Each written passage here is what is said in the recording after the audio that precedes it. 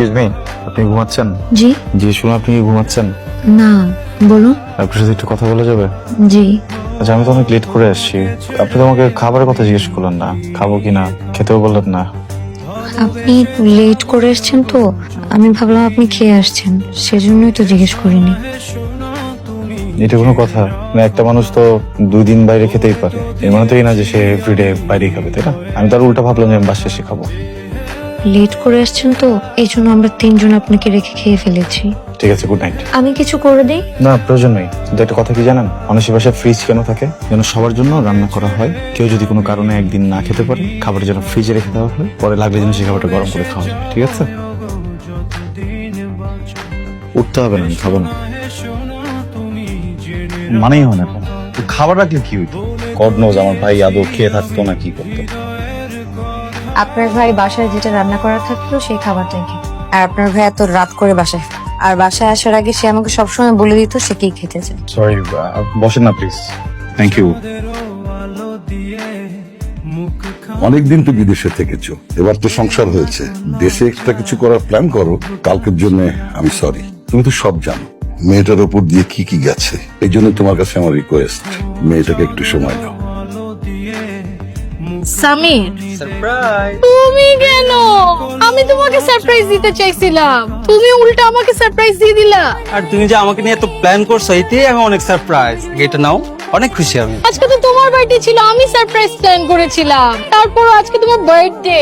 আরে বার্থডে আমার অনেক আসবে, সারপ্রাইজ অনেক দিতে পারবা। কিন্তু একটা সমস্যা হয়ে গেছে। সমস্যাটা হচ্ছে যে তুমি আর আমি একটা রিলেশনশিপে গেছি, তাই না? কিন্তু এটা তো কেউ জানে না। অ্যাটলিস্ট তোমার আর আমার ফ্রেন্ডরা তো জানতে পারে। আমি নজর জিনিসটা অনেক বিশ্বাস করি, তুমি জানো। আমি চাই না তোমার আমার সম্পর্কে কারো নজর লাগুক। তুমি দেখো আমার বাবা আর মার কত সুন্দর একটা সম্পর্ক ছিল, কার না কার নজর লেগে এত সুন্দর সম্পর্কটা আজকে আলাদা হয়ে গেল। তোর বাপ মায়ের ছাড়াছাড়ি কি নজর লাগার জন্য হয়েছিল, নাকি তোর বাপ তোর মাকে চিট করছিল বলতো?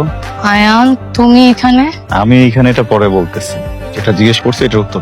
কেউ তুই এভাবে কথা বলতেছিস কেন? একটা মেয়ের সাথে কিভাবে কথা বলে জানোস না? বের হ এখান থেকে। আয়ান, আমি যখন ডুবতেছিলাম তখন আমার বাঁচানোর মতো কেউ ছিল না। তুই শুকুর কর যে তোরে বাঁচানোর জন্য আমি আছি। যা এখান থেকে, যা। ওর কোনো দোষ নাই, ওর দোষ নাই না? ওর কোনো দোষ নাই। তাহলে কার দোষ? ওর গায়ে টাচ হয়েছে, ও হার্ট হয়েছে, খুব লেগে গেছে না? আর আমি যে হার্ট হয়েছে এটা লাগে নাই, এটা লাগতেছে না? দোষটা কার তাহলে? ওর যদি দোষ না থাকে দোষটা কার? দোষটা কি আমার নাকি তোমার? তোর দোষ। আয়ান দেখো, দোষটা কারো না, দোষটা তোমার আমার সিচুয়েশনে। তুমি নিজেকে আমার জায়গায় দাঁড় করায় দেখো। এখন যদি তুমি তোমার ওয়াইফকে ডিভোর্স দিয়েও আমার কাছে চলে আসো, আমি তারপরও তোমার সাথে যাব না, কারণ আমার সেই বিশ্বাসটা তোমার উপর থেকে চলে গেছে। এটা সম্ভব না, ইটস ওভার।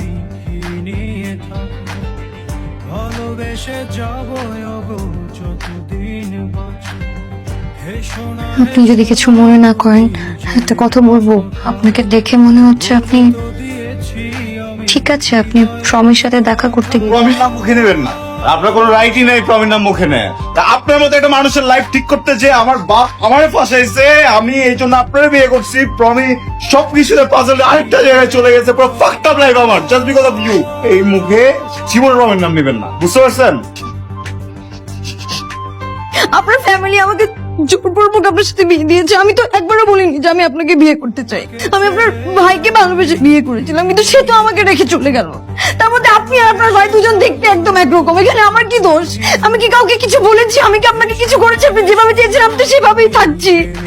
তারপরেও আমার দোষ, সবকিছুই আমার দোষ। আপনার ভাইয়ের সাথে আমি ঠিক মতো সংসার করতে পারলাম না, আর এখন যখন আমি একটু সংসার করতে যাচ্ছি সেখানেও সমস্যা। ঠিক আছে, আমার সাথে থাকা লাগবে না। আমি আমার মার বাড়িতে চলে যাচ্ছি। আমি কি আপনাকে ডিভোর্স লেটার পাঠিয়ে দিব? সরি, আমি এভাবে রিয়েক্ট করতে চাইনি। সরি, আসলে নিজে একটু জানতো, আর আজকে আমি একটু আপসেট।